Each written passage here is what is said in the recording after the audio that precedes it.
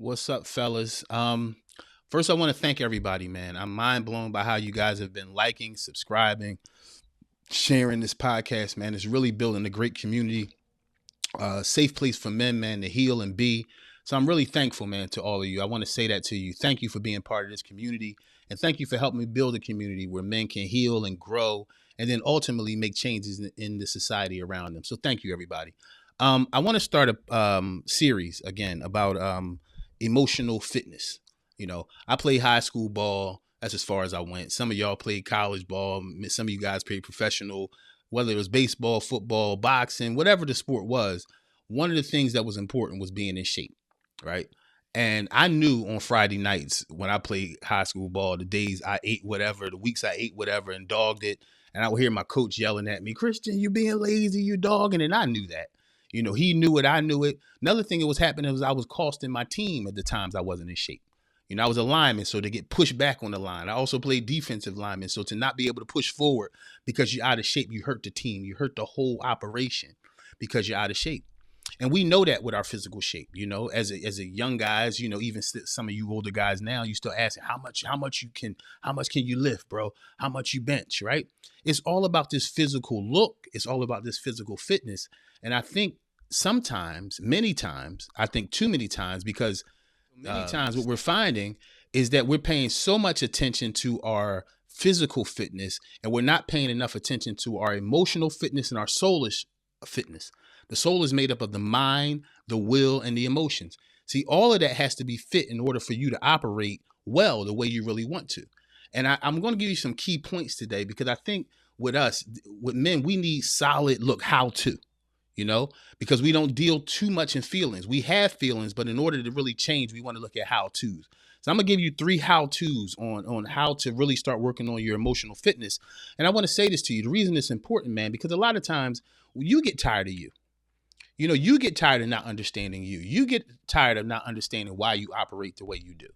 You get tired of looking at yourself crazy or trying to see or trying to recover all the time. I mean, most of us as men, we really want some type of balance, some type of structure where we know we're safe. We know things come together well.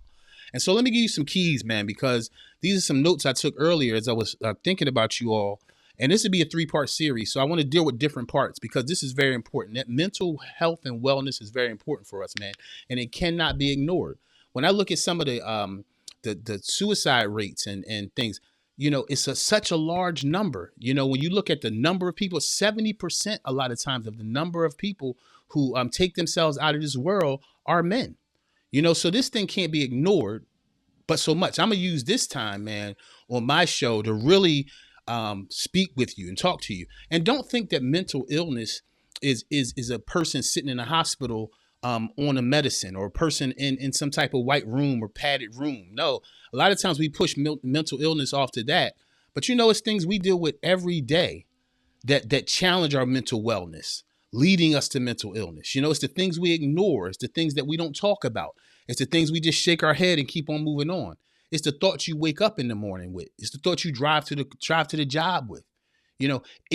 All these things wear on you. And as men, there's so much push in society for us to be, that we pay so much attention to what we're doing that I fear that we don't pay enough attention to who we are. And so let me get into this. The first thing I think that we got to do, man, is first of all, we got to forgive ourselves because there's some mistakes you made and some decisions you made out of pure ignorance, out of pure emotion. You didn't know how to handle this thing, right? So many times we got to lift the guilt. We got to lift the shame of having been in some of the places we were, right? But one of the major things that I found, even first personally for me, is you got to really figure out what triggers you. There's certain people that trigger you. There's certain places that trigger you, certain conversation that trigger you. And don't believe you're being a hero by saying, okay, I'm going to be around this stuff, but I'm not going to flinch. No, you're going to flinch because it's a trigger, right? A trigger is something in you that as soon as you see it, you hear it, it just brings up a certain mindset. It might bring a certain attitude. It might bring a certain mood. And you got to be so aware of that and so aware of how that triggers you. Because when a trigger hits you, man, sometimes you don't know how you respond, right? So again, the win is not saying I'm going to stand up under pressure. The win is being wise enough to know what pressure I can't handle right now. There may come a day where you can handle that. There may come a day where you get healed in that area. But otherwise, there's still places in your life where you know you can't handle.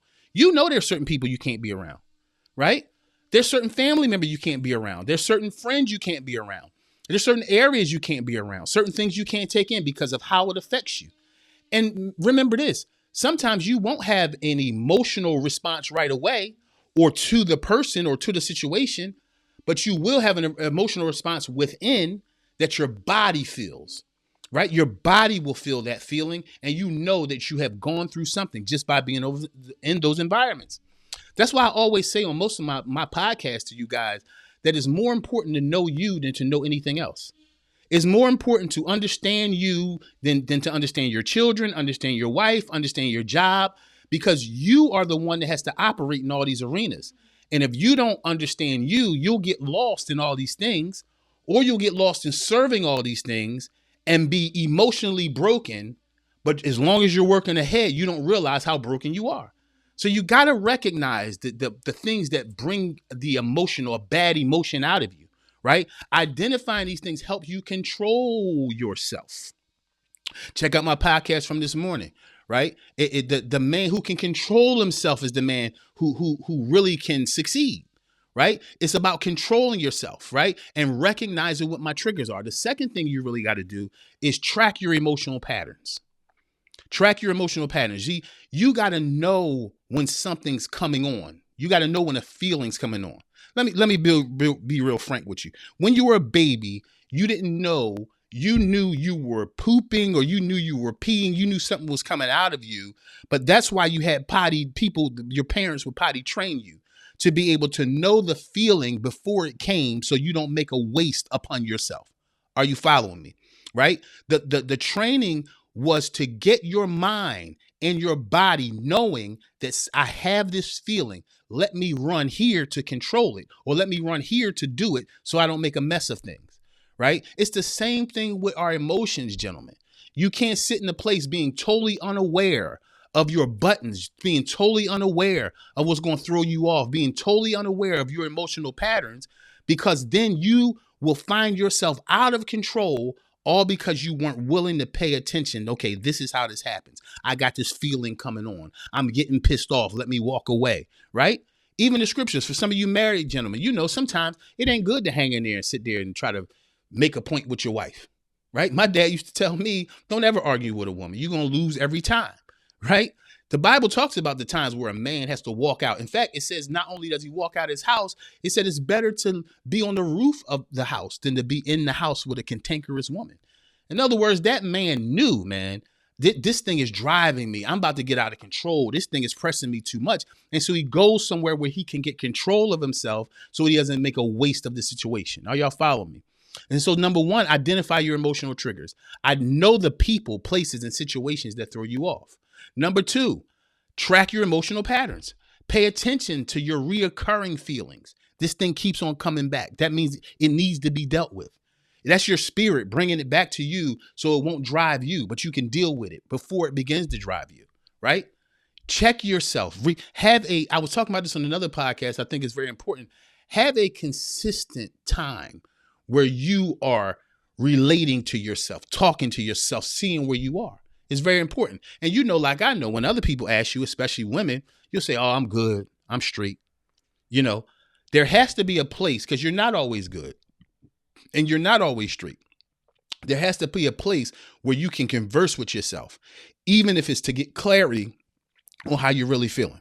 All right. Number three, you have to differentiate between your reaction and response. Right? I talked about this morning in the morning show podcast. Check out, I have a morning show every morning, live show every morning at 6 a.m. for you guys on your way to work, get you ready, get you started, right?